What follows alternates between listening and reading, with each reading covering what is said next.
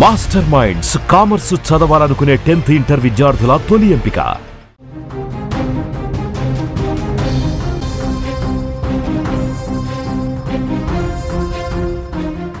Big breaking news చూస్తున్నాం. Iran Israel మధ్య యుద్ధంలోకి America entry ఇచ్చేసింది.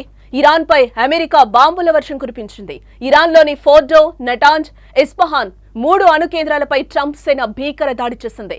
B2 spirit బాంబర్లతో విరుచుకుపడింది. ఇరాన్ పై దాడిని ట్రంప్ ప్రకటించారు.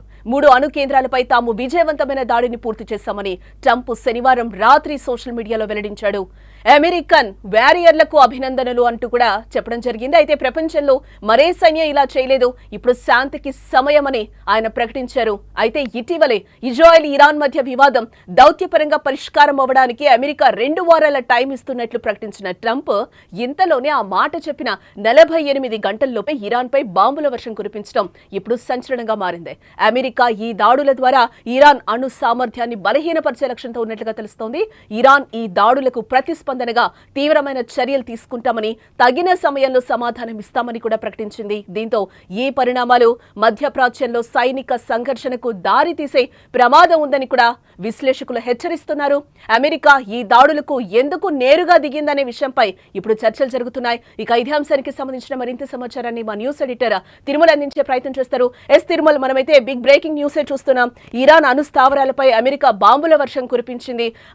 ట్రంప్ చెప్పిన 48 గంటల్లోనే ఆయన బాంబుల వర్షం స్టార్ట్ చేశారు. దీన్ని మనం ఏ విధంగా చూడాలి? ఏదైతే పుతిన్ అణు స్థావరాలపై, అణు కేంద్రాలపై దాడి చేయొద్దు అని చెప్తున్నారో వాటి మీదే దాడి చేసింది. దీని అంతటిని మనం ఏ విధంగా చూడాలి? జానకి, అమెరికా చాలా స్పష్టంగా మొదటి నుంచి ఒకటే విషయాన్ని చెప్తుంది. ఇరాన్ అణు ఒప్పందాలకు సంబంధించి ముందుకు రావాలి, అమెరికాతో అణు ఒప్పందాన్ని కుదుర్చుకోవాలని చెప్పింది. అణు ఒప్పందం విషయంలో ఇరాన్ ముందుకు రావడానికి ఇష్టపడలేదు. అంతేకాదు, ఇరాన్ చాలా స్పష్టంగా చెప్తుంది, అమెరికాను మేము పూర్తి స్థాయిలో నమ్మలేమని చెప్తూ వస్తుంది మొదటి నుంచి. అమెరికా ఎప్పుడైతే ఇజ్రాయెల్ ఇరాన్ పై యుద్ధం మొదలు పెట్టినప్పటికీ కూడా ఇరాన్ ముందుకు రాకపోవడం, చర్చలకి ముందుకు రాకపోవడం, అణు ఒప్పందానికి సంబంధించి ఎటువంటి స్పష్టత ఇవ్వకపోవడం, అమెరికాని మేము నమ్మట్లేదని చెప్పడం, ఈ పరిణామాలన్నింటి నేపథ్యంలో ముందుగానే అమెరికా ఇరాన్ పై దాడులు చేయడానికి ఒక వ్యూహాత్మకమైన అడుగులు వేసిందని చెప్పాలి. అమెరికా చాలా స్పష్టంగా నిజానికి డొనాల్డ్ ట్రంప్ ఎప్పుడైతే సిచ్యువేషన్ రూమ్ కు వెళ్లారో, సిచ్యువేషన్ రూమ్ కు వెళ్ళినప్పుడే ఇరాన్ పైన దాడి చేయాలని నిర్ణయం తీసుకున్నట్టుగా మనం అర్థం చేసుకోవాలి. అంతేకాదు, ఇరాన్ పైన దాడి చేయడానికి నిర్ణయం తీసుకున్నాకే ఆసిం మునీర్, పాకిస్తాన్ ఎవరైతే మిలిటరీ చీఫ్ ఉన్నారో ఆసిం మునీర్ తో లంచ్ మీటింగ్ ని కుదుర్చుకున్నారని కూడా మనం ఇక్కడ అర్థం చేసుకోవాలి. చాలా స్పష్టంగా అమెరికా చాలా జాగ్రత్తగా, ఎటువంటి నష్టం లేకుండా, చాలా తెలివిగా దాదాపు 300 బాంబులు పేల్చింది. ఆమె ఇరాన్ లోని 3 ప్రాంతాలు, ఒకటి నటాంజా, రెండోది వచ్చి ఫోర్డో, మూడోది వచ్చి ఇస్ఫహాన్, ఈ 3 అణుశుద్ధి కేంద్రాలు ఇరాన్ కి గుండెకాయ లాంటివి. ఈ 3 అణుబాంబులు అంటే ఈ అణుశుద్ధి కేంద్రాల్లో, న్యూక్లియర్ సెంటర్స్ లో ఇరాన్ ప్రయోగాలు చేస్తోంది, ఇరాన్ అణుబాంబుల్ని తయారు చేస్తుంది అనేది అమెరికా, ఇజ్రాయెల్ మొదటి నుంచి ఆరోపిస్తూ వస్తున్న సంఘటన. అయితే ఫోర్డోని బీట్ చేయడానికి చాలా కష్టమైన పరిస్థితి ఏర్పడుతుంది. ఫోర్డో మొత్తం ఇరాన్ లోని ఒక కొండ ప్రాంతంలో, హిమాలయ సారా ఉంటుంది అక్కడికి, హిమాలయ సారాలో ఉన్న ఒక కొండ ప్రాంతంలో, ఇది తెహరాన్కి, ఇరాన్ రాజధాని తెహరాన్కి 90 కిలోమీటర్ల దూరంలో ఉంటుంది ఫోర్డో అణు న్యూక్లియర్ సెంటర్ పైన దాడి చేయడం అనేది చాలా కష్టమైన పని అనుకున్నారు. ఎందుకంటే 1981లో ఇజ్రాయెల్ అణు కేంద్రాలని ధ్వంసం చేసిన తర్వాత ఫోర్డోని చాలా తెలివిగా, చాకచక్యంగా, చాలా ముందు చూపుతో నిర్మించారు. ఇది కొండ ప్రాంతం ఉంటుంది. ఇది ఒక కొండ పైకి కొన్ని 100 మీటర్ల హైట్ ఉంటుంది. ఆ కొండ కింద సొరంగం తవ్వి దాదాపు 200 నుంచి 300 ఫీట్ల లోతులో ఫోర్డో అణు కేంద్రాన్ని తయారు చేశారు. ఇందులో 90% వరకు శుద్ధి చేసిన యురేనియం ఉన్నట్టుగా అంతర్జాతీయ యురేనియం సంస్థ గుర్తించింది. ఎప్పుడైతే 90% యురేనియాన్ని శుద్ధి చేయడం అంటే కేవలం అణుబాంబులు తయారు చేయడానికి మాత్రమే ఈ 90% యురేనియాన్ని శుద్ధి చేస్తారు. కాబట్టి ఇరాన్ అణుబాంబుల్ని తయారు చేస్తుందనే నిర్ణయానికి వచ్చింది ఇజ్రాయెల్. అందుకే గత వారం నుంచి ఇరాన్ పైన, ఇవాటికి 10వ రోజు, గత 10 రోజులుగా ఇరాన్ పైన ఇజ్రాయెల్ దాడులు చేస్తూ వస్తుంది. ఈ విషయంలో అమెరికా పూర్తి మద్దతు ప్రకటించింది ఇజ్రాయెల్ కి. ఆ ఫోటోని టార్గెట్ చేస్తూ ఇప్పటి వరకు ఇరాన్ వేసిన బాంబులేవి పనిచేయలేదు. కొండ ప్రాంతం కావడంతో ఇజ్రాయెల్ ఫోర్డోని అటాక్ చేయడానికి అసలు కుదరలేదు. ఫోర్డో పైన దాడి చేయాలంటే అమెరికాని రంగంలోకి దిగాలనే నిర్ణయం తీసుకున్నట్టుగా తెలుస్తుంది. ఈ నేపథ్యంలోనే నెతన్యాహుతో ఫోన్ లో మాట్లాడిన ట్రంప్, సిచ్యువేషన్ తర్వాత ఫోన్ లో మాట్లాడిన ట్రంప్ దీనికి తగిన ఏర్పాట్లు చేశారని చెప్పాలి. ఇవాళ ఇరాన్ పైన పడ్డ బాంబుల్ని ఒకసారి చూస్తే నిజంగా మైండ్ బ్లోయింగ్. ఇది ప్రపంచంలోనే అతి శక్తివంతమైన బాంబుల్ని అమెరికా ఇరాన్ పైన ప్రయోగించింది. ఫోర్డో పైన GBU-57 ఇది చాలా అడ్వాన్స్డ్ బాంబ్, దాదాపు 13,000 కిలోల మందుగుండు సామాగ్రి కలిగి ఉంటుంది. ఈ బాంబ్ GBU-57 అటాక్ చేస్తే భూమి లోపలికి దాదాపు 60 నుంచి 90 మీటర్ల లోతులోకి భూమి లోపలికి చొచ్చుకు వెళ్తుంది. ఫోర్డో భూమి లోపల దాదాపు 80 నుంచి 90 మీటర్ల లోతులో ఉంది కాబట్టి ఫోర్డో పైన GBU-57 ని ప్రయోగించినట్టుగా తెలుస్తుంది. ఇరాన్ కి సంబంధించి అమెరికాకి సంబంధించిన P-2 యుద్ధ విమానాలు చాలా వేగంగా వచ్చి ఈ పనిని పూర్తి చేసినట్టుగా తెలుస్తుంది.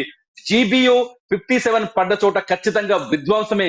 అక్కడ ఎటువంటి భూమి కావచ్చు, భూమి అంతర్గతంగా కావచ్చు, ఏమేమి మిగలదు, పూర్తి ధ్వంసమైందని మనం ఇక్కడ అర్థం చేసుకోవాలి. ఫోటోతో పాటు నటాంజా పైన కూడా ఇవాళ దాడి జరిగింది.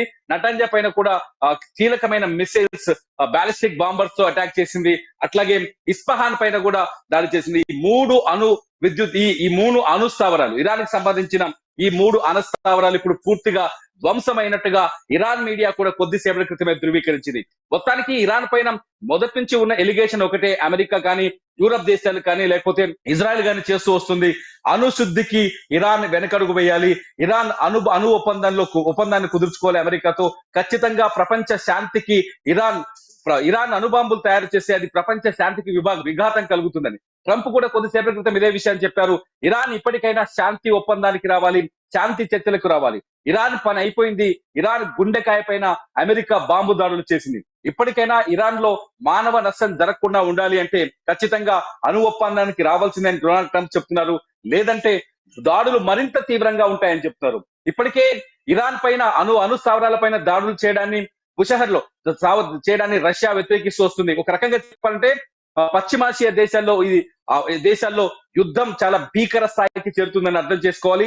అమెరికా ఎంట్రీతో ఈ యుద్ధం ఊహించని మలుపు తిరుగుతుందని అర్థం చేసుకోవాలి. అమెరికా ఇరాన్ అణుస్థావరాల పైన దాడులు చేస్తామని నిర్ణయం తీసుకుంటే ఇరాన్ ని కాపాడడానికి మేము ముందుకు వస్తామని రష్యా ప్రకటించింది. నిన్న పుతిన్ చాలా స్పష్టంగా చెప్పారు, ఇరాన్ కి అణుబాంబులు తయారు చేసుకునే స్వేచ్ఛ లేదా అని. అమెరికాని చాలా గట్టిగా ప్రశ్నిస్తున్నారు పుతిన్. ఇప్పటికే రష్యా ఉక్రెయిన్ యుద్ధంలో అమెరికా ఉక్రెయిన్ వైపు నిలబడిందని, నాటో దేశాలు ఉక్రెయిన్ వైపు నిలబడ్డాయని, యూరప్ దేశాలు ఉక్రెయిన్ కి సహకారం చేస్తాయని కోపంతో ఉంది రష్యా. ఇప్పుడు ఇరాన్ పైన కూడా అటువంటి బలవంతపు దాడులు చేయడం, బలవంతంగా ఇరాన్ పైన అటాక్ చేసే ప్రయత్నం చేయడం, ఇరాక్ ని లొంగ తీసుకునే ప్రయత్నం చేయడం చూస్తుంటే అమెరికాకు వ్యతిరేకంగా బలంగా వాయిస్ వినిపించేందుకు రష్యా ముందుకు వచ్చే అవకాశం చాలా స్పష్టంగా కనిపిస్తుంది. ఒక రకంగా చెప్పాలి అంటే ఇప్పటికే రష్యాకు మద్దతుగా నార్త్ కొరియా ఉంది, రష్యాకు మద్దతుగా ఇతర ముస్లిం దేశాలు వస్తున్నాయి. ఇరాన్ కి మద్దతు ఇచ్చేందుకు చైనా బాంబర్లను పంపిస్తుంది. ఖమేనీ కూడా ఈ యుద్ధాన్ని కూడా ఫస్ట్ నుంచి కూడా ఎదుర్కొంటూ వస్తున్న పరిస్థితి కనిపిస్తుంది. పుతిన్ కూడా అణుస్థావరాలు ఏవైతే ఉన్నాయో వాటి మీద యుద్ధం చేయొద్దు అని చెప్పి కూడా ట్రంప్ కి చెప్పిన పరిస్థితి అయితే కనిపిస్తుంది. అప్పుడు ట్రంప్ కూడా వెటకారంగా గతంలో మాట్లాడిన పరిస్థితి, పుతిన్ కూడా ఉక్రెయిన్ పరిస్థితి చూసుకో, ఫస్ట్ నీ పన్ను చూసుకో అన్నట్టు కూడా మాట్లాడిన పరిస్థితి. అంటే ఈ రోజు అణుస్థావరాలపై అటాక్ చేసింది ట్రంప్ సేన కాబట్టి ఈ రోజు రష్యా ఏమైనా మాట్లాడే పరిస్థితులు కనిపిస్తాయని అనుకోవచ్చంటారు వీటికి సంబంధించి? కానీ ఇప్పుడు ఇటువంటి పరిస్థితుల్లో చాలా స్పష్టంగా యుద్ధరంగ నిపుణులు ఒక విషయాన్ని చెప్తున్నారు. ముందు ఇరాన్ ఖచ్చితంగా రిటాలియేషన్ కి దిగుతుంది, అమెరికా పైన ఖచ్చితంగా దాడులు చేసే ప్రయత్నం చేస్తుంది, ఇరాన్ ప్రతీకార చర్యకు దిగే అవకాశం కనిపిస్తుందని చెప్తారు. కానీ అమెరికా చాలా తెలివిగా ఇరాన్ కు దగ్గరలో ఉన్న అమెరికా సైనిక స్థావరాలని ఖాళీ చేసింది. ఖతార్ కావచ్చు, సౌదీ కావచ్చు, లేకపోతే ఇరాక్ కావచ్చు, ఈ మొత్తం దాదాపు 8 సైనిక స్థావరాలుగా అమెరికాకు ఇరాన్ కు దగ్గరగా ఈ స్థావరాలన్నింటినీ ఇప్పటికే అమెరికా ఖాళీ చేసింది. ఒకవేళ ఇరాన్ రిటాలియేషన్ కి దిగినా, ప్రతీకార దాడికి దిగిన అమెరికా ఎటువంటి ఇబ్బందులకు గురి కాకుండా ఉండేందుకు ముందుగానే చర్యలు తీసుకుంది. At the same time Pakistan ఖచ్చితంగా ఇరాన్ కు వెన్నుపోటు పొడిచిందని చెప్పాలి. పాకిస్తాన్ నిన్నటి వరకు ఇరాన్ తో ఉంది. ఎప్పుడైతే భారత్ పాకిస్తాన్ పైన యుద్ధాన్ని ప్రకటించిందో, భారత్ ఆపరేషన్ సింధూర్ లో భాగంగా పాకిస్తాన్ పైన అటాక్ చేసిందో, ఆ సమయంలో బేషరతుగా పాకిస్తాన్ కి మద్దతు ప్రకటించింది. అవసరమైతే పాకిస్తాన్ కోసం రంగంలోకి దిగుతామని చెప్తుంది. ఇప్పటికే ఇరాక్ పాకిస్తాన్ లోని బలూచిస్తాన్ ఏరియాలో ఏదైతే తిరుగుబాటు జరుగుతుందో తిరుగుబాటుకి ఇరాన్ తన సైన్యాన్ని పంపిస్తుంది, సహకారం చేస్తుంది. అటువంటి పాకిస్తాన్ వెన్నుపోటు పొడిచింది వాళ్ళ ఇరాన్ వెన్నుపోటు. నిజంగా చెప్పాలి అంటే మధ్యప్రాచ్య దేశాల్లో సౌదీ కావచ్చు, లేకపోతే ఇతర దేశాలు కావచ్చు, ఇరాన్ కి ఎవరు ఇప్పటికిప్పుడు మద్దతు ప్రకటించే పరిస్థితి కనిపించట్లేదు. ఒకవేళ రష్యా దీనిపైన మాట్లాడినప్పటికీ కూడా ఇప్పటికిప్పుడు మద్దతు ప్రకటించే అవకాశం అయితే కనిపించట్లేదు. ఎందుకంటే రష్యా ఇరాన్ కి మద్దతు ఇవ్వడం వల్ల రష్యా అనుకూల దేశాలు కావచ్చు, ఇతర దేశాలు కావచ్చు, ఇరాన్ కి ఆర్థికంగా కావచ్చు, మిలిటరీ పరంగా కావచ్చు సహాయం అందించే అవకాశం మాత్రమే ఉంటుంది. ఇప్పటికప్పుడు అయితే ఇరాన్ ఇప్పుడు రిటాలియేషన్ తీసుకునే శక్తి ఉందా? కొద్దిసేపటి క్రితమే ఖమేనీ స్టేట్మెంట్ కూడా వచ్చింది.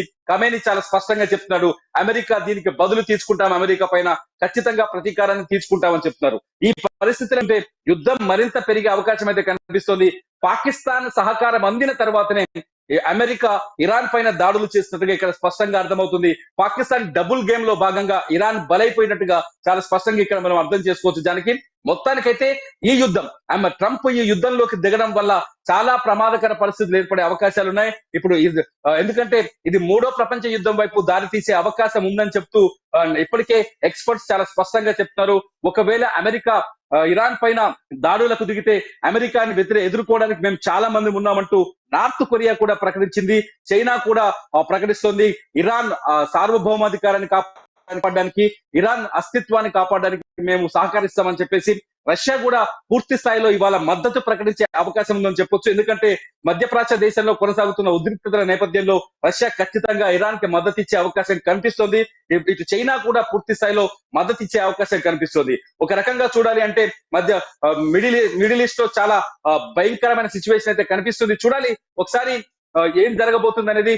డొనాల్డ్ ట్రంప్ ఇప్పటికే చాలా స్పష్టంగా చెప్పారు, ఇరాన్ లొంగిపోవాలి అని. ఇరాన్ మాత్రం చాలా స్పష్టంగా చెప్తుంది, ఎట్టి పరిస్థితుల్లో అమెరికా పైన ప్రతీకారం తీసుకుంటామని. ఇంకొక విషయం ఏంటంటే ఇక్కడ ఇరాన్ కి హౌతీస్ ఎవరైతే హౌతీస్ ఉన్నారో, యమన్ హౌతీస్, వీళ్ళు పూర్తి మద్దతు ప్రకటించారు.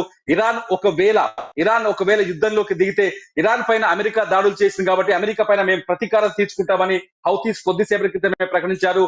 హౌతీస్ ఏదైతే ప్రపంచ దేశాలకి ఆయిల్ ఎగుమతి అవుతుందో, ఆయిల్ తీసుకొచ్చే షిప్స్ పైన నావల పైన దాడి చేసే అవకాశం కనిపిస్తుంది.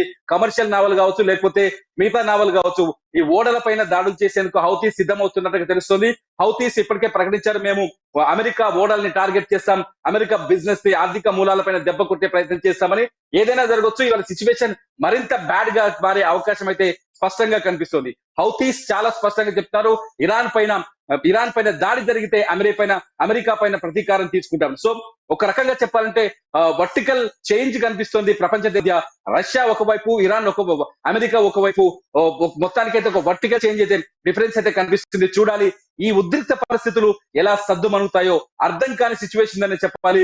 వరల్డ్ వార్ 3 వచ్చే అవకాశం ఉందని ఎవరైతే ఎక్స్పర్ట్స్ చెప్తున్నారో వాళ్ళు ముందు నుంచి ఏదైతే ప్రిడిక్ట్ చేస్తున్నారో ప్రిడిక్ట్ చేస్తున్నట్టుగానే సిచ్యువేషన్స్ అన్ని మారిపోతున్నాయి. ట్రంప్ తీసుకుంటున్న బోల్డ్ డెసిషన్స్, మాస్ డెసిషన్స్ శాంతికి విఘాతున్నాయంటూ ముస్లిం కంట్రీస్ చెప్తున్నాయి.